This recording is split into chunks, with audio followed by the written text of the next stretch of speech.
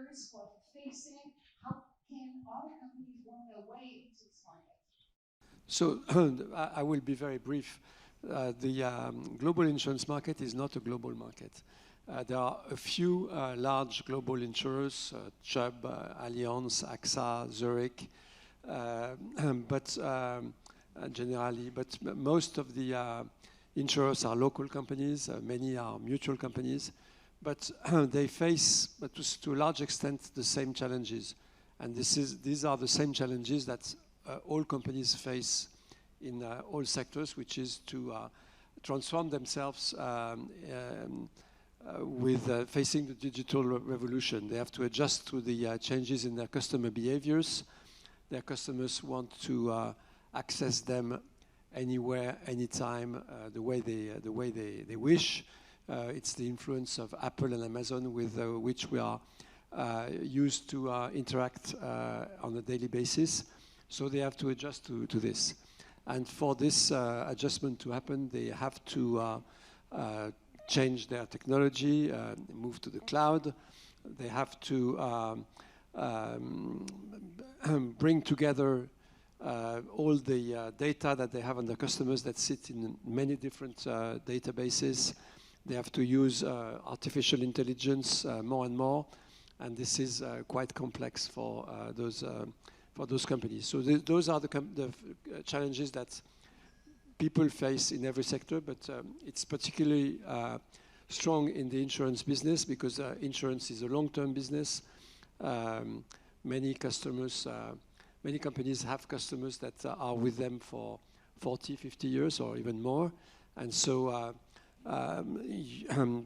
those products that were bought 40 or 50 years ago sit on very old applications, and you need to be able to bring together all those data and use, again, AI, data lakes, and so on. There is also another issue that insurers face, which is that the need for insurance, I mean, on the positive side, are growing, but there are also some of the needs are quite difficult to address. There is the issue of climate change and the increase in natural catastrophes. This one is, I mean, relatively easy to adapt to because insurance policies are yearly policies, so you can adjust your rates. And the insurance penetration for, I would say, protection against weather events depends on whether you are in mature markets or emerging markets. In mature markets, roughly 50 to 75% of the events are covered. In emerging markets, it's much less. Roughly globally, when a natural catastrophe happens, one third of the cost is covered by insurance. I think I have the data for 2022, 313 billion economic loss from natural catastrophes, 132 billion or 42% was covered by insurance. But there is another area which is much more complex, which is cyber. Cybercrime, the cost of cybercrime in 2022 was estimated at $8.4 trillion. The total cyber insurance premiums were $12.8 billion, which means that the protection was 0.15%. And this is because this is a risk that is not well known. There are not a lot of data. Insurers are quite reluctant to go into that space because they don't understand the risk. They don't measure or model the risk of accumulation very well. So it's a space which has a lot, where there is a lot of development to be expected. So, what brings the digital revolution into the insurtech industry? Yeah, hi everyone. Very happy to be here.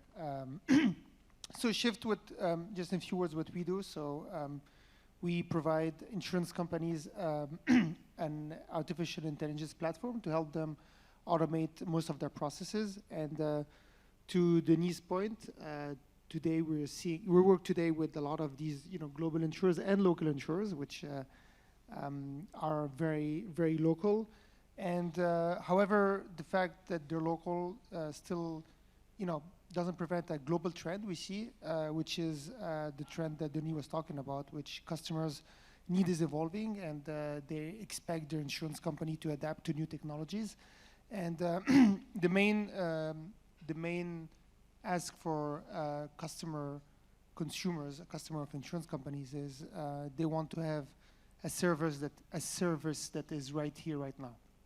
So whenever they have a claim, a problem, a scratch on their vehicle, a small injury, a big injury, they expect their insurance company to be available 24/7, be there for them. We're paying a premium every month, so I'm paying for my insurers to be there. I don't understand why they can't be as advanced, and of these services I see around me, why are they not as responsive as when a delivery doesn't happen on Amazon? Why are they not as responsive as when I order an Uber? Of course, it's not as simple as that. However, there is a common ask when insurance companies do surveys, when they ask their consumer, how's your experience with the claims process, how are you experience with the underwriting onboarding? There is a big need from consumer to say, we are seeing around us all of these services that are available anytime, that are very fluid, that don't ask me the same question 3 times, why insurance companies cannot be like this. And as you can imagine, it's not very easy for a company that's been around for 100 years with 100 years of legacy technology and applications, and a lot of them are emerging of a lot of local companies. AXA, I think it's a merge of hundreds of companies all over the years. And so it's a very interesting time because insurance companies have been through insane years. Maybe it's not very obvious for the common consumer, but with COVID, insurers had a crazy time where because of COVID, people were not driving, so no claims. By the way, interesting fact, one of the claims that went the most down is theft, because everybody was at home, so nobody was robbing anyone, which is a very interesting stat. Also, hospitals, we would think that hospital claims would go up, but the contrary, nobody was getting injured because they were not leaving home. So insurance companies went through years where their expenses went pretty down, and they were still charging the customer for premium. And then suddenly COVID went confinement over, and then inflation came in, and now maybe less in France, but in companies like in the US, inflation is literally killing insurers by increasing by 20-25% their claim loss. And so these companies have been through ups and downs, and they're not the most agile companies. So it's a very interesting moment right now, because all of these insurance companies have to deal with their balance sheets going up and downs. The numbers Denis was talking about, climate change, it hit very hard a lot of big insurers. Inflation also did the same. Last month, State Farm in the United States announced that they lost $7 billion last year. Well, it's the first time in their history they lose any money. It's not like a small number. So they have to deal with this, balance sheet problem, but also deal with the fact that they need to invest very, very quickly in innovation and technology to be there for their customers. So for us, it's a great time because I know it sounds like selling my company, but we deal with both. We help them to automate their process and be agile, and also we help them reduce their claim loss. So it's a great time for us. What does it take to build a pan-European business in the insurance market? Yeah, thanks for inviting me and representing the B2C side, so to speak, on this stage. But I think it's all connected at the end of the day, right? It's always B2B2C at the end of the day. So the customer is always, and that's what we have seen at Getsafe, not just on a German level where we were founded, but we launched in France 4 weeks ago. So we are very new here and excited to be here. But we see that if you personally think about insurance, and that's what always got me excited when I talked to my grandpa who got over 100, and like every discussion with him at every birthday was, I still have my policies for, Denis, you mentioned like 40, 50 years. It can be even more if we get older and older. So we really believe there's an opportunity to build a generational company and a generational insurer, as we call it. I don't know if anybody else uses this term, but actually looking at the big giants in the industry, that's exactly what they are and have built.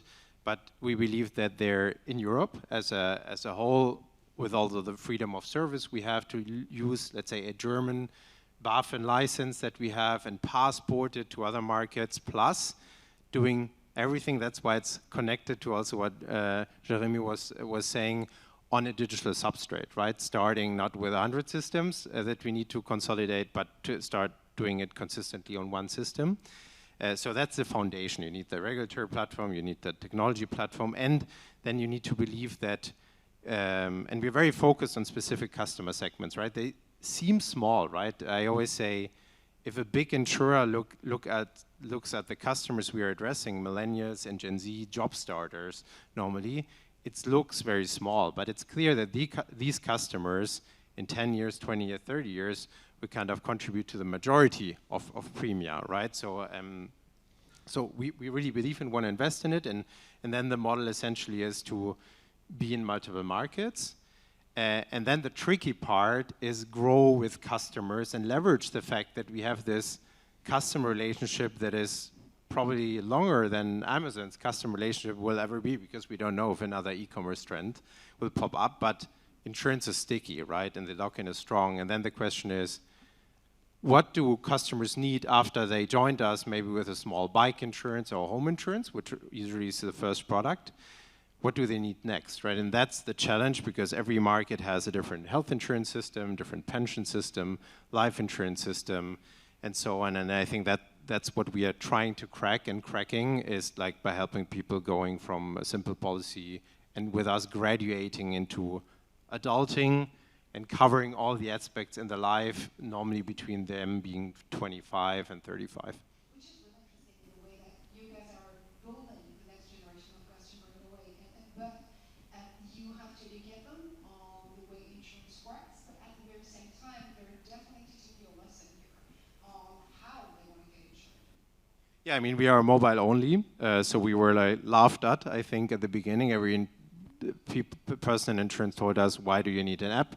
It's a low engagement product. If engagement is coming, it's for a claim. We don't want claims.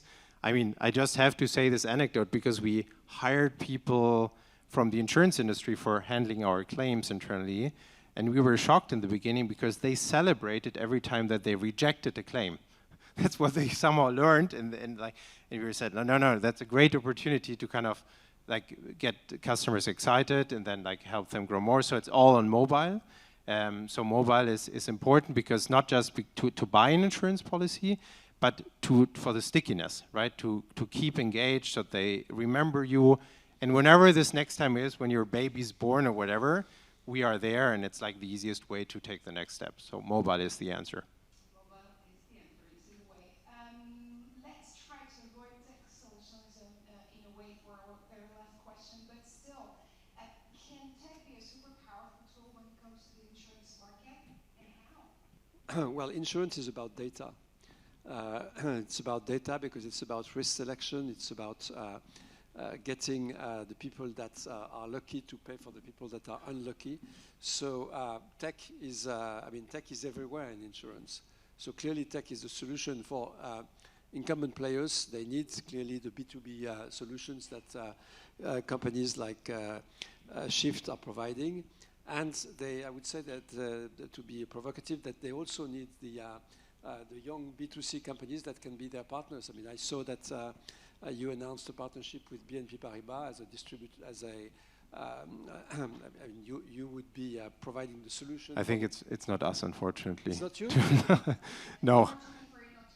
No, it's not but you. Maybe if you can help, we can kick the other competitor out of the equation. Companies like your company, sorry about that, companies like your company are striking partnership with incumbent companies that have the customer base, because your challenge, I mean, you focus on a specific customer segment, and certainly in 30 years it will be a huge channel.